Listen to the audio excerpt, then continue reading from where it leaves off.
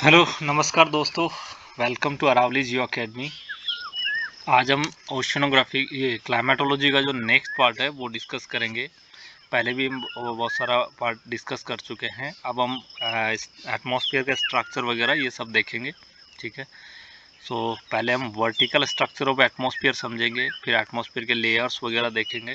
ठीक है, उनका प्रॉपर्टीज़ देखेंगे one by one. Gravity pull air molecule toward the earth and this pull compress air molecule closer to together।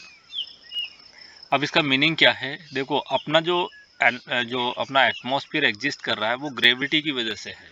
अगर gravity नहीं होगा तो सारे गैसेज एस्केप कर जाएंगे, एटमॉस्फेयर में चले जाएंगे। ठीक है, तो ये ग्रेविटी जो है जो एयर मॉलिक्यूल्स है उनको अपनी ओर खींचता है। ठीक है, सेंटर की ओर ला रहा है, सरफेस की ओर खींच रहा है। और ये ग्रेविटी की वजह से जो ये पुल हो रहा है टुवर्ड द सरफेस, ठीक है, तो उसकी वजह से क्या हो रहे हैं, बहुत सारे पार्टिकल्स एक पर्टिकुलर जगह पर या सरफेस के नियर इकट्ठा हो रहे हैं। तो उसकी वजह से क्या हो रहा है कि एक पर्टिकुलर यूनिट वॉल्यूम में एयर मॉलिक्यूल्स का कंसंट्रेशन बढ़ता जा रहा है, जिसकी वजह से ये कंप्रेस हो रहा है। ठीक है, कंप्रेस होकर के क्लोज आ रहे हैं एक दूसरे के। ठीक है, अब एक पर्टिकुलर वॉल्यूम में ये ज़्यादा होंगे तो आप ज़्यादा क्लोजर आएंगे। ठीक है, तो डेंसिटी बढ़ जाएगा। ठीक है, आगे इसको हम समझेंगे थ्रू द ग्राफ। ये compression increase the number of molecule in the given volume. एक पर्टिकुलर गिवन वॉल्यूम में जो आपका कंप्रेस एयर मॉलिक्यूल्स है वो ज़्यादा होंगे, तो ये क्या होगा, कंप्रेशन बढ़ेगा इससे। More air above level means greater compression is below. इसको भी हम डायग्राम के थ्रू समझेंगे। ठीक है, more air above it means कि मान लीजिए कोई पर्टिकुलर कॉलम है, उसमें अब मतलब एयर का प्रेशर बहुत ज़्यादा एयर है, तो उसका प्रेशर जो नीचे वाले मॉलिक्यूल्स पे लगेगा वो बहुत ज़्यादा लगेगा। ठीक है, जिसकी वजह से नीचे वाले ज़्यादा कंप्रेस होंगे। Weight is a force on object due to the gravity. So this is the definition of weight. See, this is the weight. Okay, weight is the mass into the gravity. Okay, it means weight is defined mass multiplied by the acceleration due to gravity. Mass is the amount of matter in an object. Mass remains constant everywhere in the universe. Okay, mass always constant in everywhere, but the weight will change. Okay, the location to location weight is vary. Weight depend on the gravity, but mass is the constant in everywhere. Weight changes depending on the gravitational force. Okay, on the moon the gravity is weaker than the earth। अगर आप चांद पे जाते हैं तो जो gravity है वो weaker than earth होती है। ओके, 1/6 ही होगा। ठीक है, मून के ऊपर। तो mass stay at the same on the moon but the weight is decrease. अगर आपका वेट 60 किलो है तो वहाँ 10 किलो आ जाएगा, क्योंकि 1/6 ही होगा। ठीक है, तो वेट जो है आपका वो चेंज हो जाएगा, लेकिन आपका जो मास है वो सेम ही रहेगा, भले ही आप मून पे जाएं चाहे और किसी लोकेशन पे जाएं। अब डेंसिटी जो of air depend on the mass of the atom and molecule in the space between them. Density जो एयर का है वो एटम का मास कितना है, जैसे नाइट्रोजन है या फिर ऑक्सीजन है, इसके अलावा स्पेस कितना है दोनों के बीच में, जो एटम्स है उनके बीच स्पेस कितना है। ठीक है, हम लोग डेंसिटी को m/v लिखते हैं, मास बाय वॉल्यूम। तो जितना ज़्यादा मास होगा एक पर्टिकुलर वॉल्यूम में उतनी ज़्यादा डेंसिटी होगी। ठीक है, एयर डेंसिटी हाईएस्ट होती है नियर द सरफेस। मैंने बताया कि ग्रेविटी की वजह से वो पुल कर रहा होता है एयर मॉलिक्यूल्स को, और वो कंप्रेस हो रही है होती है नियर द सरफेस, एक पर्टिकुलर एरिया में ही। तो हाईएस्ट डेंसिटी जो है वो अर्थ सरफेस पे ही देखने को मिलेगा। ठीक है, क्यों देखने को मिलता है? क्योंकि air molecules packed into the same volume near the surface. बहुत ज़्यादा एयर मॉलिक्यूल एक पर्टिकुलर एरिया में ही पैक्ड हो रहे हैं, तो डेंसिटी बढ़ जाएगा इससे। ठीक है, आप इस डायग्राम से बहुत अच्छे से समझेंगे कि कैसे हो रहा है। जैसे ये कोई पर्टिकुलर एयर कॉलम है, ठीक है, इसमें जो एयर मॉलिक्यूल्स हैं वो ग्रेविटी की वजह से पुल हो रहे हैं नियर टू द सरफेस। ठीक है, अब ये सारा एक जगह आकर के इकट्ठा हो रहा होगा तो कंप्रेस होगा। एक पर्टिकुलर वॉल्यूम में बहुत ज़्यादा एयर देखने को मिलेगी, ठीक है। तो जो डेंसिटी होगा वो ज़्यादा होगा नियर द सरफेस। आप ऊपर जाएंगे तो उसी वॉल्यूम में आप देखेंगे कि बहुत कम एयर मॉलिक्यूल्स हैं, तो वहाँ डेंसिटी कम होगा, ठीक है।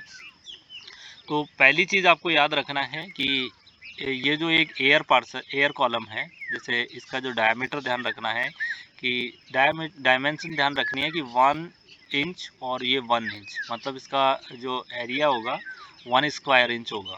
सो एक एयर पार्सल जिसका ये 1 स्क्वायर इंच डायमेंशन होता है, ठीक है।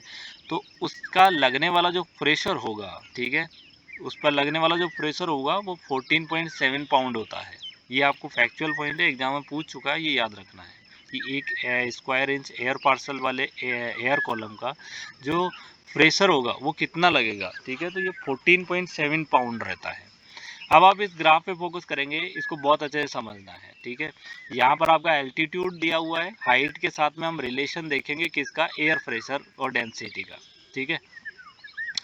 अब यहाँ ये एयर डेंसिटी है, ये एयर प्रेशर है। अब एक चीज़ देखो, नियर द सरफेस देखेंगे तो आपका एयर प्रेशर बहुत हाई देखने को मिलेगा। इसके अलावा डेंसिटी भी हायर रहेगा, क्योंकि वो भी डिपेंड करती है आपके प्रेशर पे। जितना ज़्यादा एयर मॉलिक्यूल्स ज़्यादा होंगे तो उतना ही ज़्यादा प्रेशर होगा, उतनी ही ज़्यादा हाई डेंसिटी होगी। अब डेंसिटी क्या होगा, जैसे जैसे आप ऊपर की ओर चलेंगे तो आप देख रहे हैं कि एयर मॉलिक्यूल कम होते जा रहे हैं, ऊपर जा रहे हैं तो बहुत कम होता जा रहा है, आगे जाके तो नेग्लिजिबल हो जाएगा, ठीक है। लेकिन सरफेस पे ज़्यादा है। तो देखो, एक चीज़ यहाँ पर आप फोकस करो कि एयर मॉलिक्यूल आप यहाँ तक जा रहे हो, जैसे ये इसके नीचे नीचे देखो कि एयर मॉलिक्यूल थोड़ा थोड़ा कम हो रहा है, ऐसा नहीं है कि एकदम से कम हो गया फिर अचानक से ड्रॉप हो जाएगा जा करके। नियर द सरफेस कंसंट्रेशन बहुत हाई है कुछ लेवल तक, ठीक है। तो नियर द सरफेस आपका टेम्परेचर और एयर प्रेशर भी ज़्यादा होगा। इसके बाद में डेंसिटी जो है वो नियर द सरफेस ज़्यादा रहेगी और फिर अचानक से डिक्रीज होगी, ठीक है। पहले शार्पली डिक्रीज होगी, मतलब तेज़ी से डिक्रीज होगी, उसके बाद में स्लोली स्लोली डिक्रीज होगी, क्योंकि एयर मॉलिक्यूल्स है ही नहीं ऊपर, तो डेंसिटी भी बहुत कम होगी। तो ये आपको ध्यान रखना है कि एयर प्रेशर और एयर डेंसिटी सबसे पहले वो शार्पली डिक्रीज होगा, उसके बाद में धीरे धीरे स्लो स्लो स्लो, ठीक है, डिक्रीज होगा। और नियर द सरफेस आपका एयर प्रेशर भी हाईएस्ट देखने को मिलेगा, एयर डेंसिटी भी हाईएस्ट देखने को मिलेगी। ये ग्राफ आपको ध्यान रखना है, ठीक है। इसके थ्रू आपको समझ लेना है क्यों होता है, क्योंकि नियर द सरफेस जो होगा आपका एयर मॉलिक्यूल ज़्यादा होंगे, ग्रेविटी की वजह से यहाँ ज़्यादा कंप्रेस हो रहे हैं। पर्टिकुलर वॉल्यूम में आपका एयर जो मॉलिक्यूल्स है वो ज़्यादा है, तो यहाँ का एयर डेंसिटी भी ज़्यादा होगा। जैसे ऊपर जाएंगे तो आपका पर्टिकुलर वॉल्यूम में एयर मॉलिक्यूल्स कम है, तो वहाँ डेंसिटी भी कम है। तो हम सरफेस से ऊपर की ओर चलेंगे तो डेंसिटी कम होता जाएगा, ठीक है। डेंसिटी वाला जो ग्राफ होता है, पहले तो ये शार्पली डिक्रीज होगा, उसके बाद में धीरे धीरे धीरे धीरे डिक्रीज होगा। सेम यही कहानी प्रेशर की होगी, प्रेशर पहले तो शार्पली डिक्रीज होगा, फिर कॉन्स्टेंटली धीरे धीरे धीरे धीरे डिक्रीज होगा, ठीक है। अब है as we go higher the atmosphere and air density decrease.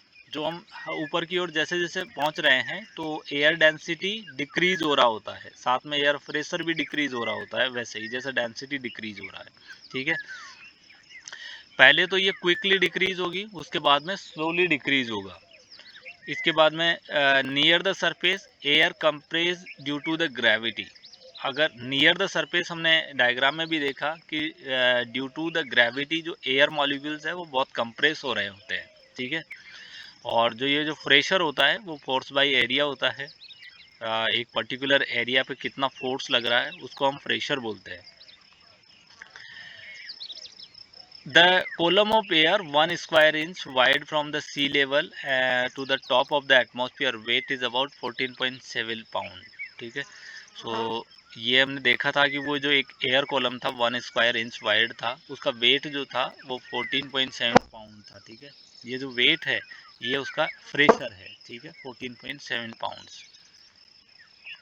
So the normal atmospheric pressure at the sea level is approximately 14.7 pound square inch, ठीक है, इंच स्क्वायर इंच। तो आपको ये ध्यान रखना है, क्वेश्चन आएगा ज़रूर, ये पूछ भी चुका है पहले भी कि एक जो एयर कॉलम होता है जिसका डायमेंशन 1 स्क्वायर इंच वाइड है, ठीक है, तो उससे लगने वाला प्रेशर कितना होगा, तो उससे 14.7 पाउंड स्क्वायर इंच होता है।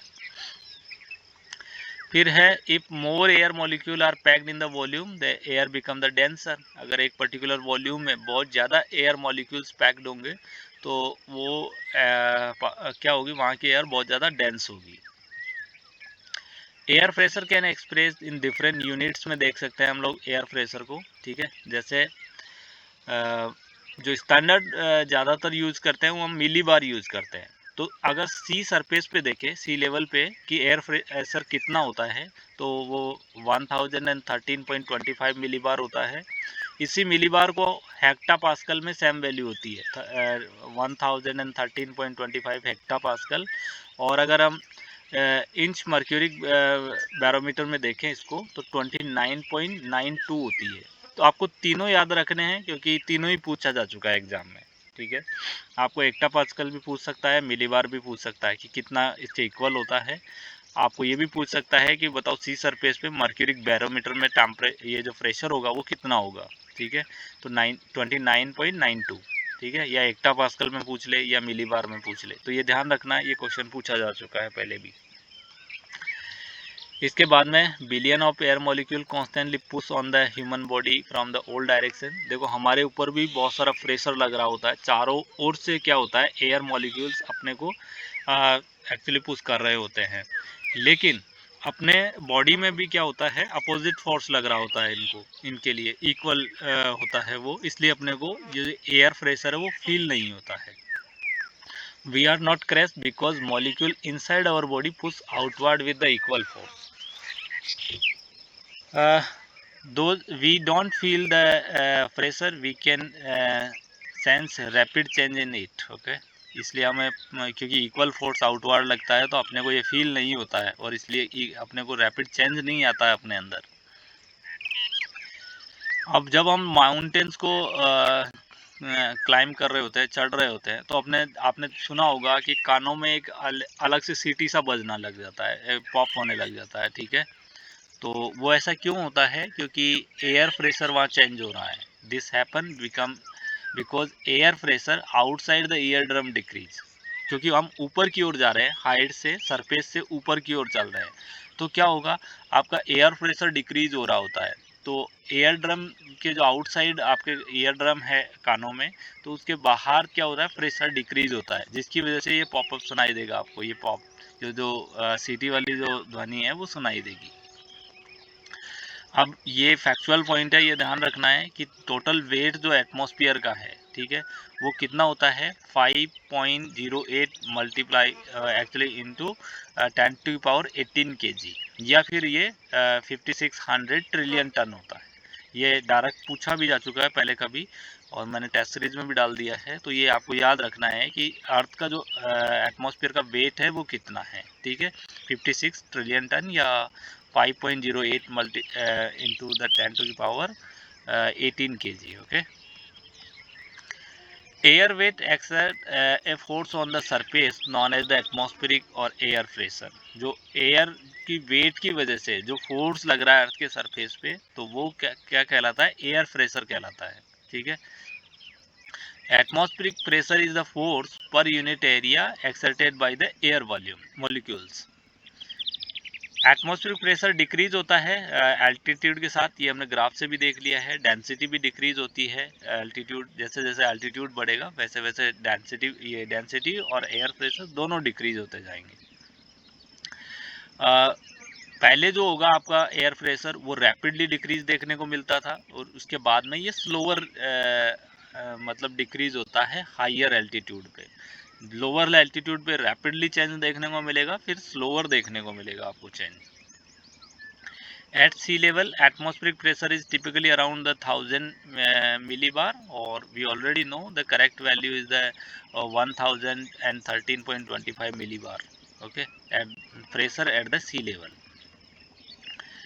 Just above the sea level, pressure drop about the 10 MB per 100 meter of the altitude gain। तो आपको ये बहुत अच्छे से याद रखना है कि जैसे जैसे हम 100 मीटर जा रहे हैं तो 1000 MB डिक्रीज हो रहा है कुछ हाइट तक, मतलब 10 MB डिक्रीज हो रहा है 100 मीटर पे, तो इसका मीनिंग क्या हो गया कि आपका 1 किलोमीटर पे कितना हो जाएगा 100 MB। 100 MB आपका मिली बार जो है 1 किलोमीटर हाइट जाते ही डिक्रीज हो जाएगा, या 10 मिली बार पर 100 मीटर।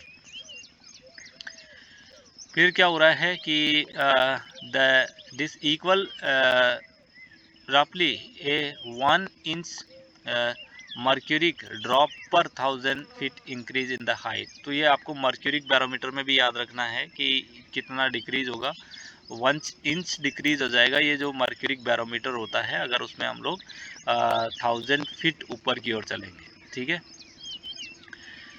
अब ये एक फैक्चुअल पॉइंट है कि जो 5 पॉइंट है, अगर आप 5.5 या 5.5 किलोमीटर ऊपर की ओर जाते हैं तो वहाँ तक आपका 500 मिलीबार डिक्रीज हो चुका होता है। इसको हम एक्चुअली थ्रू द ग्राफ देखेंगे। ठीक है, तो अभी आपको इतना ध्यान रखना ना है कि जैसे ही हम 5.5 किलोमीटर की हाइट पे जाएंगे, 5.5 किलोमीटर ऊपर की ओर जाएंगे, उस हाइट पे सिर्फ 500 MB आपका प्रेशर बचा होगा। ठीक है, सरफेस पे देख रहा है कि हम 1000 मिलीबार होता है, लेकिन ऊपर की ओर जब 5 किलोमीटर चले जाएंगे तो वहाँ सिर्फ 500 मिलीबार बचेगा, हाफ प्रेशर हो चुका होता है। अब क्वेश्चन क्या पूछेगा, वो क्वेश्चन ऐसे पूछेगा कि किस हाइट पे जो एयर प्रेशर है वो आधा रह जाता है, तो वो 5.5 किलोमीटर होता है।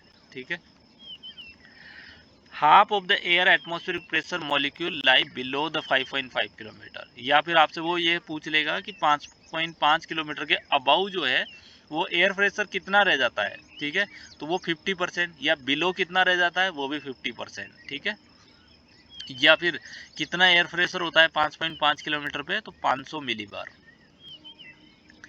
अब आप इस डायग्राम से बहुत अच्छे से समझेंगे इस ग्राफ से। ठीक है, कि ये तो आपका प्रेशर है मिलीबार में, यहाँ 10 to 1000 मिलीबार। ये आपका एल्टीट्यूड है, 30 किलोमीटर तक ऊपर चलेंगे हम लोग। ठीक है, तो हम ये जानते हैं कि जो ओशन का जो सरफेस है नियर द सरफेस, वो 1000 मिलीबार के अराउंड अपना एयर प्रेशर देखने को मिलता है। अब ये एयर प्रेशर अचानक पहले तो तेज़ी से डिक्रीज होगा, फिर ये स्लोली डिक्रीज होगा। ठीक है, जैसे डेंसिटी होती है। अब आप यहाँ देखेंगे कि 5.5 किलोमीटर यहाँ तक जाने के बाद में अपना 50% एटमॉस्फेयर हो चुका होता है। इसके ऊपर सिर्फ 50% एयर मॉलिक्यूल्स होते हैं 5.5 के ऊपर। या फिर हम और ज़्यादा हाइट चले, अराउंड 17 किलोमीटर चले, तो 90% एटमॉस्फेयर कवर हो चुका होता है। 90% एटमॉस्फेयर लाई करता है बिलो द 17 किलोमीटर। ठीक है, 17 किलोमीटर के नीचे आपका 19% एटमॉस्फेयर है, सिर्फ 10% एटमॉस्फेयर बचता है 17 किलोमीटर के ऊपर। या फिर ये बोलूँ कि 5.5 किलोमीटर के ऊपर जो आपका है मतलब 50% एटमॉस्फेयर है और नीचे 50% है। ठीक है, लेकिन अगर मैं 17 किलोमीटर तक चला जाता हूँ तो 90% जो एटमॉस्फेयर होगा वो नीचे होगा और सिर्फ 10% ऊपर रहा होगा। ठीक है, या फिर मैं अब चला जाऊं, जैसे मैं 32 किलोमीटर के अराउंड चला जाता हूं। ठीक है, तो 32 किलोमीटर पे जाने के बाद में आपका 99 एटमॉस्फेयर नीचे ही होगा, 1% एटमॉस्फेयर बचता है ऊपर की ओर, क्योंकि 32 किलोमीटर पे आपका 99% एटमॉस्फेयर खत्म हो चुका होता है। ठीक है, तो आपको ये डायरेक्टली पूछेगा, आपको पूछेगा हाइट दे करके कि बताओ एटमॉस्फेयर का 99% जो पार्ट है वो कितनी हाइट के नीचे ही रह जाता है, तो वो 32 किलोमीटर। या फिर वो 90 पूछ लेगा कि 90% एटमॉस्फेयर किस हाइट तक कंप्लीट कर लेंगे आप लोग। ठीक है, तो वो अराउंड 17 किलोमीटर, 17 किलोमीटर। या फिर 50 का पूछे तो 5.5 किलोमीटर। ठीक है, और ये भी ध्यान रखना है कि जो ये माउंट एवरेस्ट है, तो इसका जो चोटी होता है, तो आप देखें यहाँ तक कितना प्रेशर है। ठीक है, 300 मिलीबार। ठीक है, कि माउंट एवरेस्ट पर चलते यहाँ तक जब हम पहुँचेंगे तो यहाँ 300 मिलीबार प्रेशर होगा। ठीक है, यहाँ पर आपका जो प्रेशर होता है वो 1000 होता है। यहाँ पर आप देखेंगे कि यहाँ 300 मिलीबार होता है। तो एक चीज़ देखो, आप 1000 में से जब यहाँ 300 माइनस करोगे तो कितना आएगा 70, मतलब 700। तो हम ये कह सकते हैं कि माउंट एवरेस्ट पे जाने के बाद में, ठीक है, अपन कितना लॉस कर देंगे, कितना परसेंट एटमॉस्फेयर लॉस कर चुके होंगे, सिर्फ 70% एटमॉस्फेयर बचेगा यहाँ जाने के बाद। ठीक है, बाकी का जो 70% है इस माउंट एवरेस्ट की हाइट के नीचे रहेगा इसकी पीक पे जाने के बाद, क्योंकि यहाँ 300 मिलीबार है, यहाँ 1000 था। ठीक है, तो 300 मिलीबार का कम हो गया। ठीक है, तो ये कितना परसेंट हो गया, 30%। तो ये आपको फैक्चुअल डेटा है वो याद रखना है कि एटमॉस्फेरिक प्रेशर डिक्रीज होता है रैपिडली विद द हाइट। पहले ये रैपिडली डिक्रीज होगा, फिर देखो आप कांस्टेंट हो जाएगा, थोड़ा थोड़ा डिक्रीज होगा, ठीक है। Climbing to the altitude of only 5.5 kilometre where the pressure is 500 MB, ठीक है। अगर आप 5.5 किलोमीटर ऊपर हाइट तक जाते हैं तो सिर्फ आपका 50% एटमॉस्फेयर बचा होगा यहाँ तक। माउंट एवरेस्ट पे देखो 300 MB रहता है प्रेशर, मैंने ये बात आपको बताई दी है। लगभग 9 किलोमीटर समिट है इसका। तो अब यहाँ तक नियरली 17% एटमॉस्फेयर होता है, ठीक है।